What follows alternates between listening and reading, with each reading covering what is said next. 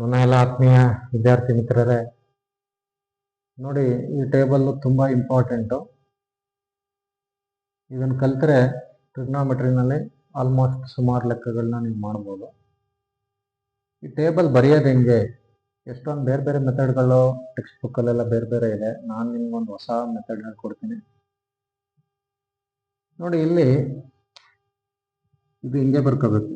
Sign, ಕಾಸು, tan, ಆಮೇಲೆ ಕಾಟು, ಕೊಸಿಕೆಂಟು, ಸೀಕೆಂಟ್, ಇದೇ ಆರ್ಡರ್ನಲ್ಲಿ ಬರ್ಕೋಬೇಕು. ಇಲ್ಲಿ ನೋಡಿ 0 degree, 30 degree, 45 degree, 60 degree, 90 degree. ಈಗ ನಾನು ಕಂಡುಹಿಡಿತಾ ಇರೋದು ಏನಪ್ಪ ಅಂತಂದರೆ, ಬರಿತಾ ಇರೋದು ಏನಂದರೆ, ಈಗ ಸೈನ್ 0 ಅಂದರೆ ಎಷ್ಟು, ಸೈನ್ 30 ಡಿಗ್ರಿ ಅಂದರೆ ಎಷ್ಟು, ಸೈನ್ 45 ಅಂದರೆ ಎಷ್ಟು, ಸೈನ್ 60 ಅಂದರೆ ಎಷ್ಟು, ಸೈನ್ 90 ಅಂದರೆ ಎಷ್ಟು. ಅದೇ ಥರ ಕಾಸ್ 0 ಅಂದರೆ ಎಷ್ಟು, ಕಾಸ್ 30, ಕಾಸ್ 45, ಕಾಸ್ 60, ಕಾಸ್ 90. ನೋಡಿ, ಅದೇ ಥರ ಎಲ್ಲ ಬಾಕ್ಸು ಫಿಲಪ್ ಮಾಡ್ಬೋದು. ಎಲ್ಲ ನೆನ್ಪಿಟ್ಕೊಳ್ಳೋದು ಸ್ವಲ್ಪ ಕಷ್ಟ, ತುಂಬಾ ಕಷ್ಟ. ಬಟ್ ಒಂದು ಟ್ರಿಕ್ ಇದೆ, ಆ ಟ್ರಿಕ್ ಯೂಸ್ ಮಾಡಿದ್ರೆ ಎಲ್ಲನೂ ನೆನ್ಪಿಟ್ಕೋಬೋದು. ನೀವು ಫಸ್ಟ್ ಬರೀ ಈ 5 ಬಾಕ್ಸ್ ಫಿಲಪ್ ಮಾಡಿದ್ರೆ ಬಾಕಿದೆಲ್ಲ ಬರೆದ್ಬಿಡ್ಬೋದು. ಈ 5 ಬಾಕ್ಸ್ ಹೆಂಗಪ್ಪ ಫಿಲಪ್ ಮಾಡೋದಂದರೆ, ನೋಡಿ ಈ ಟೆಕ್ನಿಕ್ಕೆ ಯೂಸ್ ಮಾಡಿ. ಇಲ್ಲಿ 0 ಬರೀರಿ, ಇಲ್ಲಿ 1 ಬರೀರಿ. ಸ್ಟಾರ್ಟಿಂಗ್ 0 ಬರೆಯೋದು, ಲಾಸ್ಟಲ್ಲಿ 1 ಬರೆಯೋದು. ಬರಿಬೋದಲ್ವಾ? ನೋಡಿ, ಈಸಿ. ನೆಕ್ಸ್ಟ್ ಏನು ಮಾಡಿ, ನೋಡಿ ಇಲ್ಲಿ ಈ ಥರ ಡಿವೈಡ್ ಬೈ ಸಿಂಬಲ್ ಹಾಕೊಳ್ಳಿ. ಮೇಲೆ ನೋಡಿ ಡಿನಾಮಿನೇಟ್ರಲ್ಲಿ ಎಲ್ಲ ಕಡೆ 2 2 ಬರೀರಿ. ಇಲ್ಲೆಲ್ಲ ಫ್ರ್ಯಾಕ್ಷನ್ ಬರ್ತವೆ. ಏನು ಮಾಡಿದೆ ನೋಡಿ, 3ಕ್ಕೂ 2 2 ಬರೆದೆ. ಇಲ್ಲಿ ನ್ಯೂಮರೇಟ್ರಲ್ಲಿ ಇಲ್ಲಿ 1 ಹಾಕಿ, ಇಲ್ಲೂ 1 ಹಾಕಿ. ಆಮೇಲೆ ಇಲ್ಲಿ ಏನು ಹಾಕ್ಬೇಕಂದ್ರೆ ನೋಡಿ 1 1 1 + 1 2 2 + 1 3, ಅದನ್ನು ಇಲ್ಲಿ ಬರೀರಿ. ನೋಡಿ ಇದೇ ಥರನೇ ಬರೀಬೇಕು, ಈಸಿ ಆಗುತ್ತೆ. ಇದಾದ್ಮೇಲೆ ಇನ್ನೊಂದು ಸ್ಟೆಪ್ ಇದೆ. ಈ ಮಧ್ಯದಲ್ಲಿರುತ್ತಲ್ವಾ, ಮಧ್ಯದಲ್ಲಿರೋದಕ್ಕೆ ರೂಟ್ ಹಾಕಿ. ಮಧ್ಯದಂದರೆ ನೋಡಿ ಇದೆ ಮಧ್ಯದ ನಂಬರ್, ಮಧ್ಯದ್ದು. ಮತ್ತೆ ಈ 3ಗೂ ರೂಟ್ ಹಾಕಿ. ಇವೆರಡಕ್ಕೆ ಮಾತ್ರ ರೂಟ್ ಹಾಕ್ಬೇಕು. ಇದೊಂದು ನೆನ್ಪಿಟ್ಕೋಬೇಕು ನೀವು ಅಷ್ಟೇ, ಸರಿನಾ? ಈಗೇನಾಯಿತು, 5 ವ್ಯಾಲ್ಯೂ ಬಂತು. ನೋಡಿ ಇನ್ನೊಂದ್ಸಲಿ ಹೇಳ್ತೀನಿ ಹೆಂಗೆ ಅಂತ. ಈ 5 ಬಾಕ್ಸ್ ಫಿಲಪ್ ಮಾಡೋದು ಹೆಂಗೆ ಅಂತ ಹೇಳ್ತೀನಿ. ಇಲ್ಲಿ 0 ಬರೀರಿ, ಇಲ್ಲಿ 1 ಬರೀರಿ. ನೆಕ್ಸ್ಟ್ ಏನು ಮಾಡಿ, ಈ ಥರ ಮಧ್ಯದಲ್ಲಿ ಒಂದು ಲೈನ್ ಹಾಕ್ಬಿಟ್ಟು ಡಿನಾಮಿನೇಟರ್ನಲ್ಲಿ 3ಕ್ಕೂ 2 ಅಂತ ಬರೀರಿ. ಮೇಲೆ ಇಲ್ಲಿ 1 ಬರೀರಿ, ಇಲ್ಲೂ 1 ಬರೀರಿ. ಇಲ್ಲಿ ಎಷ್ಟು ಬರೀಬೇಕಂದ್ರೆ 1 + 1 2 2 + 1 3 ಬರೀಬೇಕು. ಇಲ್ಲಿ ನೆನ್ಪಿಟ್ಕೊಳ್ಳಿ. ಆಮೇಲೆ ಇವೆರಡಕ್ಕೆ ರೂಟ್ ಹಾಕ್ಬೇಕು, ಮಧ್ಯದಲ್ಲಿರೋ ಡಿನಾಮಿನೇಟರ್ಗೆ ಮತ್ತು ಅದ್ರ ಪಕ್ಕದಲ್ಲಿರೋ ನ್ಯೂಮರೇಟರ್ಗೆ. ಈಗ ನಿಮಗೆ 5 ವ್ಯಾಲ್ಯೂ ಬಂತು. ಇದರ ಅರ್ಥ ಏನಪ್ಪ ಅಂದರೆ, ಸೈನ್ 0 ಅಂದರೆ 0 ಅಂತ, ಸೈನ್ 30 ಅಂದರೆ 1/2, ಸೈನ್ 45 ಅಂದರೆ 1/√2, ಸೈನ್ 60 ಅಂದರೆ √3/2, ಸೈನ್ 90 ಅಂದರೆ 1. ಈಗ ಇದೊಂದು 5 ನಂಬರ್ ಬರೆದ್ಬಿಟ್ರೆ, 5 ಬಾಕ್ಸ್ ಬರೆದ್ಬಿಟ್ರೆ ಬಾಕಿದೆಲ್ಲ ಬರ್ಕೊಂಡು ಹೋಗ್ಬಿಡ್ಬೋದು. ನೋಡಿ ತುಂಬ ಈಸಿ. ಈಗ ನೆಕ್ಸ್ಟ್ ಬರೆಯೋದು ಹೆಂಗೆ ಅಂದರೆ, ರಿವರ್ಸ್ ಆ ಕಡೆಯಿಂದ ಬರ್ಕೊಂಬನಿ. ಆ ಕಡೆಯಿಂದ ನೋಡಿ 1 √3/2 1/√2 1/2 0. ರಿವರ್ಸ್ ಆರ್ಡರ್ನಲ್ಲಿ ಬರೆದ್ರೆ ಸೈನ್ ಏನಿದೆ ಅದನ್ನು ರಿವರ್ಸ್ ಆರ್ಡರ್ ಬರೆದ್ರೆ ಕಾಸು ಬರುತ್ತೆ. ಆಯ್ತಾ? ಈಗ ನೆಕ್ಸ್ಟ್ ಟ್ಯಾನ್ ಬರಿಬೇಕು. ಟ್ಯಾನ್ ಬರಿಬೇಕಂದ್ರೆ ನೋಡಿ ಇವೆರಡನ್ನ ಹಿಂಗೆ ಡಿವೈಡ್ ಮಾಡ್ಬಿಡೋದು, ಹಿಂಗೇನೆ ಡಿವೈಡ್ ಮಾಡೋದು. ಈಗ 0/1 0/1 ಅಂದರೆ 0, 1/2 ಡಿವೈಡೆಡ್ ಬೈ √3/2. ನೋಡಿ 2 2 ಕ್ಯಾನ್ಸಲ್ ಆಗುತ್ತೆ, 1/√3 ಬರುತ್ತೆ. 1/√2 ಎಲ್ಲ ಕ್ಯಾನ್ಸಲ್ ಆಗಿಬಿಡ್ತದೆ, 1 ಬರುತ್ತೆ. 2 2 ಕ್ಯಾನ್ಸಲ್ ಆಗುತ್ತೆ, ಬರೀ √3 ಬರುತ್ತೆ. 1/0, any number by 0 is infinity. ನೋಡಿ ಇದಕ್ಕೆ ಇನ್ಫಿನಿಟಿ ಅಂತಾರೆ. ನೀವು 10th ಸ್ಟ್ಯಾಂಡರ್ಡ್ ಅಲ್ಲಿ ನಾಟ್ ಡಿಫೈನ್ಡ್ ಅಂತ ಕಲ್ತಿರ್ತೀರಾ, ನಾಟ್ ಡಿಫೈನ್ಡ್ ND ಅಂತ ಕಲ್ತಿರ್ತೀರಾ. ಎರಡು ಒಂದೇ, ನಾಟ್ ಡಿಫೈನ್ಡ್, ಇನ್ಫಿನಿಟಿ ಎರಡು ಒಂದೇ. ಈಗ ಟ್ಯಾನ್ ಥೀಟಾನ ರಿವರ್ಸ್ ಮಾಡಿದ್ರೆ ನೋಡಿ, ಟ್ಯಾನ್ ಇನ್ನೊಂದ್ಸಲಿ ಹೇಳ್ತೀನಿ. ಎರಡು ಹೆಂಗೆ ಡಿವೈಡ್ ಮಾಡಬೇಕು, 0/1 0, 1/2/√3 2 2 ಕ್ಯಾನ್ಸಲ್, 1/√3 1/√2 ಎಲ್ಲ ಕ್ಯಾನ್ಸಲ್ ಆಗಿ 1 ಬರುತ್ತೆ. ಇದು 2 2 ಕ್ಯಾನ್ಸಲ್ ಆಗಿ √3, 1/0 ಅಂದರೆ ಇನ್ಫಿನಿಟಿ. ಈಗ ಟ್ಯಾನ್ ಥೀಟಾನ ರಿವರ್ಸ್ ಬರೆದ್ರೆ ಕಾಟ್ ಬರುತ್ತೆ. ನೋಡಿ ಇನ್ಫಿನಿಟಿ √3 1 1/√3 0. ನೋಡಿ 20 ಬಾಕ್ಸ್ ಫಿಲಪ್ ಆಯ್ತು. ಈಗ ಈಗ ಕೊಸಿಕೆಂಟ್ ಥೀಟಾ ಬರೆಯೋದು ಹೆಂಗೆ ನೋಡಿ. ಕೊಸಿಕೆಂಟ್ ಥೀಟಾ ಬರೆಯೋದು ಈಸಿ. ಕೊಸಿಕೆಂಟ್ ಬರಿಬೇಕಂದ್ರೆ ನೀವು ಸೈನ್ ನೋಡ್ಬೇಕು, ಇದನ್ನ ನೋಡ್ಬೇಕು. ಇದನ್ನ ಏನ್ ಮಾಡ್ಬೇಕು ಅಂದ್ರೆ ನೋಡಿ, ಇವೆರಡು ಲಾಸ್ಟ್ ಅಲ್ಲಿ ಬರಿತೀನಿ.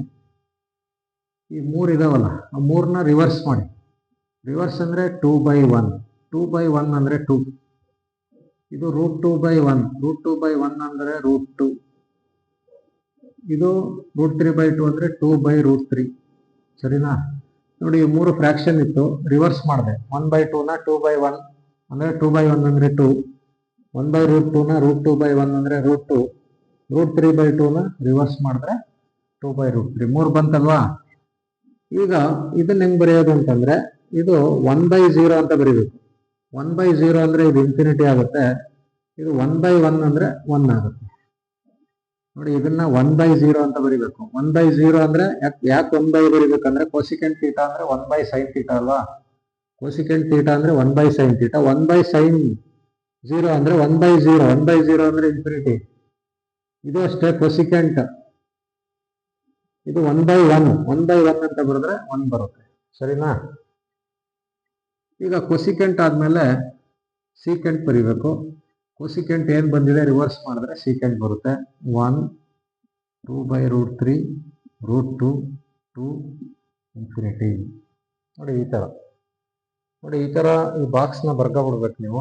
ಈ ಬಾಕ್ಸ್ ಬರ್ಕೊಂಡ್ರೆ ತುಂಬಾನೇ ಹೆಲ್ಪ್ ಇದೆ, ಎಷ್ಟೊಂದು ಲೆಕ್ಕಗಳು ಮಾಡ್ಬೋದು.